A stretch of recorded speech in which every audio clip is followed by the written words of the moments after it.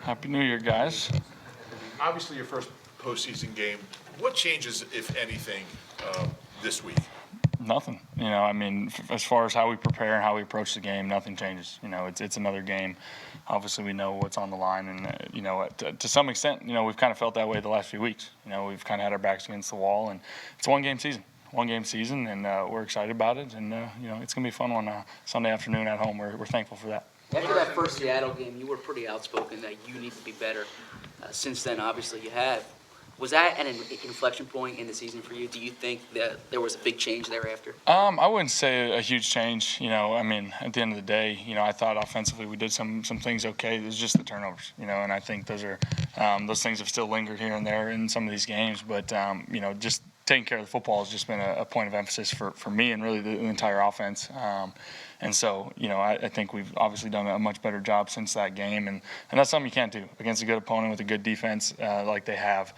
We got to maintain the football. Interceptions-wise, since that game, 5 games, only one on the Hail Mary at the end of the Dolphins game. Is there anything that you're doing differently in terms of not throwing interceptions? Is it schematic? Is it? Not really. No. I mean, I've always, tried to pride myself on taking care of the football and throwing it to our guys and those types of things. And so, a couple of them happened that game, and one was late trying to force something, make a play. But that's something that I myself and this offense, we always pride ourselves on taking care of the football. And like I said, we've done a much better job of that since that game. You played a few games against the Seahawks, and the Eagles haven't scored many points. How do you see that? What's been their secret to keep you? I mean, we're obviously focused on the here and now, and this year, obviously we just didn't score many points because we turned the ball over. And those are things that, I mean, it's going to be the echo of the week, really, is just take care of the football, and that's something. But hats off to them. They've always had a really good defense. They're coached extremely well. They play fast. So we know we got our work cut out for us, but we're excited for the opportunity. Is there something about Boston Scott that you've learned in the last few weeks that you didn't know before? I mean, just seeing him in those big moments, it's exciting. We've kind of always known he was, the dynamic kind of out in space type of guy, but you can only see so many of those things in practice, So when you got real live reps with guys bearing down on you in the open field, full speed, I mean, some of the things he's been able to do is pretty impressive. Carson, what does this mean for you being, your first playoff game? You had to wait 2 years for this moment and stuff. What does it mean? Yeah, I'm excited. I mean, kind of the same thing I mentioned after the game, just how grateful I am, to be healthy, to be in this moment with these guys, to be on the field. And I'm just excited for the challenge and the opportunity. And, it's, like you said, I've been on the sidelines the last few years for these games, so I'm pretty pumped for the opportunity. How do you guard 6 design movement plays last week? Carson, the touchdown to Perk, the long pass to Burnett was a movement play. Was that matchup specific, or is that something you guys would like to do more of? I'd say a little of both. I think we're always trying to find ways to move the pocket, to change it up and do some different things. But matchup definitely dictated that, and coaches have done a good job of designing some of those plays and getting me out of the pocket so we can create those big plays like we did. And so, yeah, we're always looking for ways to do that. Tempo's been a big part of this little run, at least at times offensively. Is that designed to sort of get the younger guys and the guys who haven't played a lot just playing fast? Has that been part of it? You could say that. I think, regardless who's out there, young guys, old guys, doesn't matter. I think just tempo, we're just playing. We're playing. I think defenses might, sometimes feel like they're on their heels, keep it simple, those types of things. And guys kind of feed off that energy, that idea of, hey, we're going fast, we're playing fast. And obviously that's been effective for us.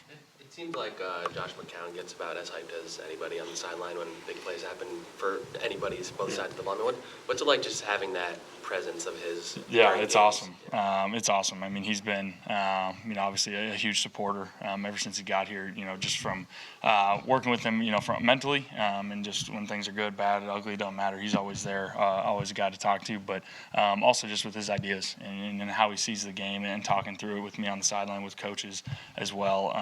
It's been nice to have a guy that's that excited to see someone else succeed. It's been pretty fun with him. Carson, I was going to say, you mentioned you've been in playoff mode, I guess, for the last 4 games. How much will that help you going into Sunday?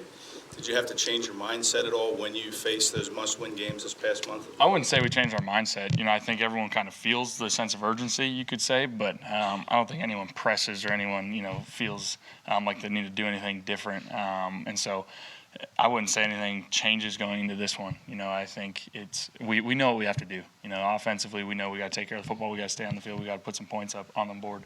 And we're excited for the challenge. It's going to be a fun one. Has that helped you playing in those 4 games, these past 4? Has that helped you going into Sunday, would you say? I mean, I would think just the way we won in some of those games, it was late, coming from behind in some of them, and just team and everyone just buying in and believing in each other. I think that kind of has helped the character and the resiliency of this team to kind of make this run now.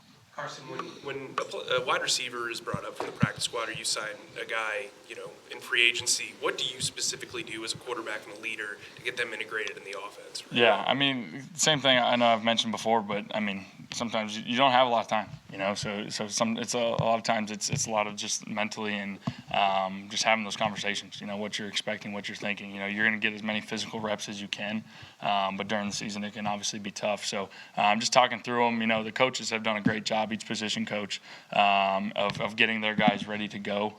But for me, it's a lot of just having those conversations, talking to them about what I'm seeing, what I'm thinking, and the guys have done a great job and stepped up and made a lot of big plays. Your yards per attempt.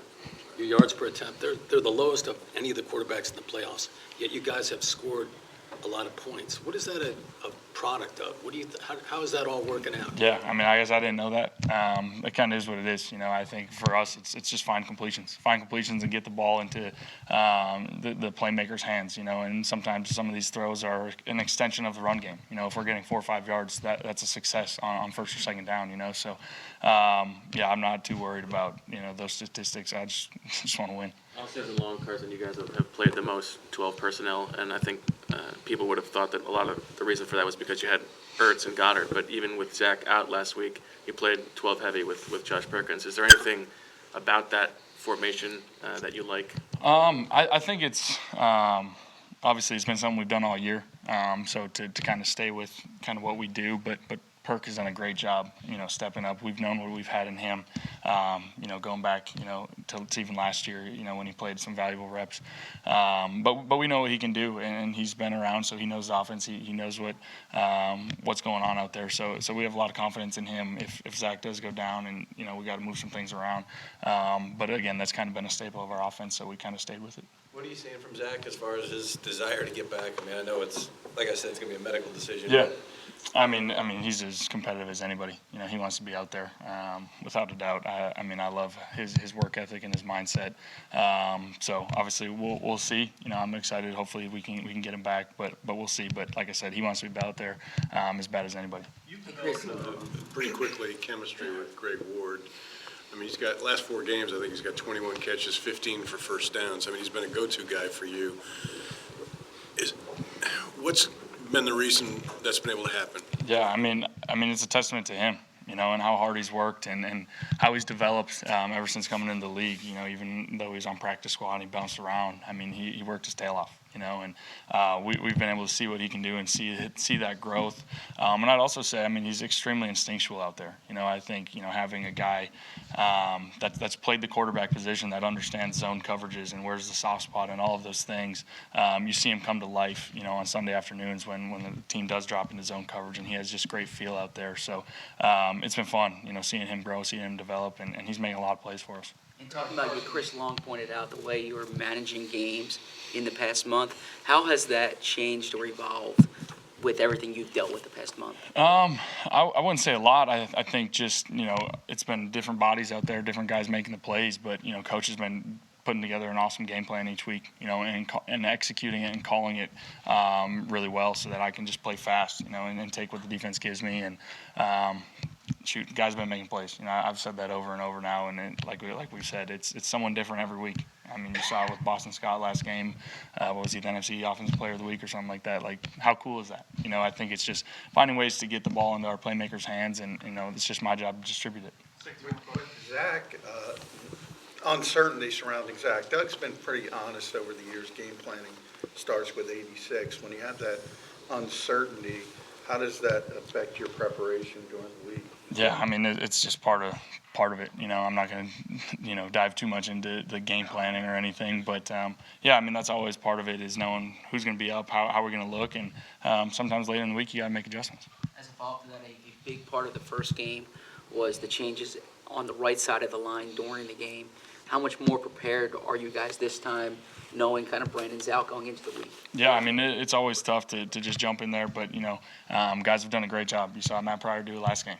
Guys are ready. It's been the way it is around here for a long time. It's been the next man up mentality, unfortunately, with the injuries, but guys have done a great job handling that, and so I expect nothing less this week.